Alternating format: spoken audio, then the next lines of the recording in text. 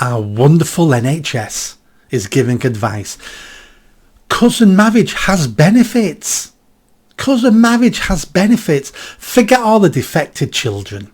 Something like 50% of all severely disabled children in this country come from Pakistani cousin marriages. 50%. They're costing us billions. And now the NHS is saying, nothing wrong in cousin marriage. It's fantastic. There's lots of benefits. There's lots of benefits. Well, where are those benefits? Because cousin marriage is very popular among the third world. Is there any benefits in the third world?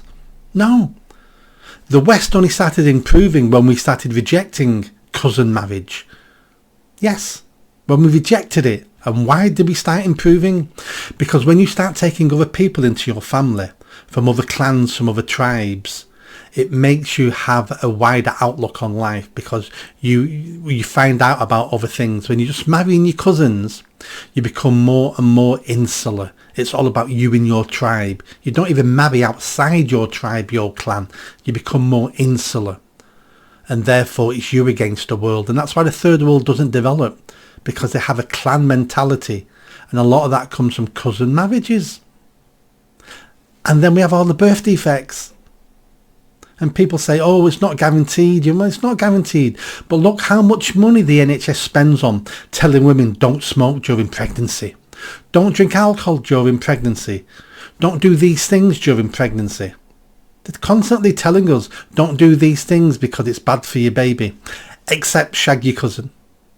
Shagging your cousin has benefits. When your child comes out a retard and a bit of a spazzer. Yeah, that's okay. Because that's diversity. That's diversity inclusion. We're anti-racists. That's what that's about. The NHS is a failing organisation in this country. All our public services are failing, but the NHS is one of the biggest failures. Cost a fortune, deliver very little. You compare our NHS to our European healthcare systems, and we're nowhere near the top. In fact, from last time I seen something, we're quite near the bottom. Doesn't work. And people go, oh, the NHS is amazing. If it was amazing, why has no other country in the world ever copied it? It's that amazing that nobody else wants it. They want to come here and use it because it's better than not having any healthcare. Of course it is. But no other country has ever copied our system for the NHS. And now it's politically captured. They don't know what a woman is. They think non-binary exists. They think this exists, that exists. They all want to be anti-racists. When a black child dies, they've got to analyse themselves.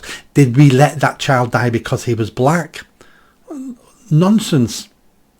Nearly half of all medical staff in the NHS are black or brown. Half.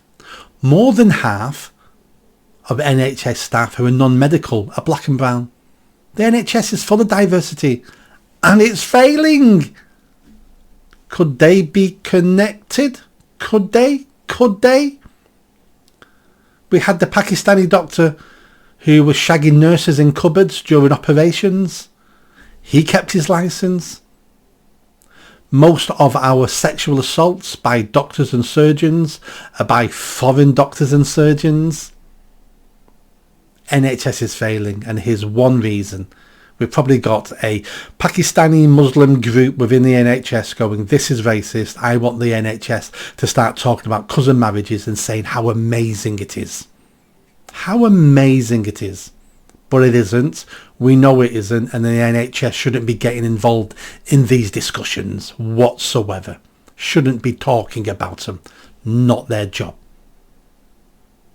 Please subscribe, and I'll catch you next time.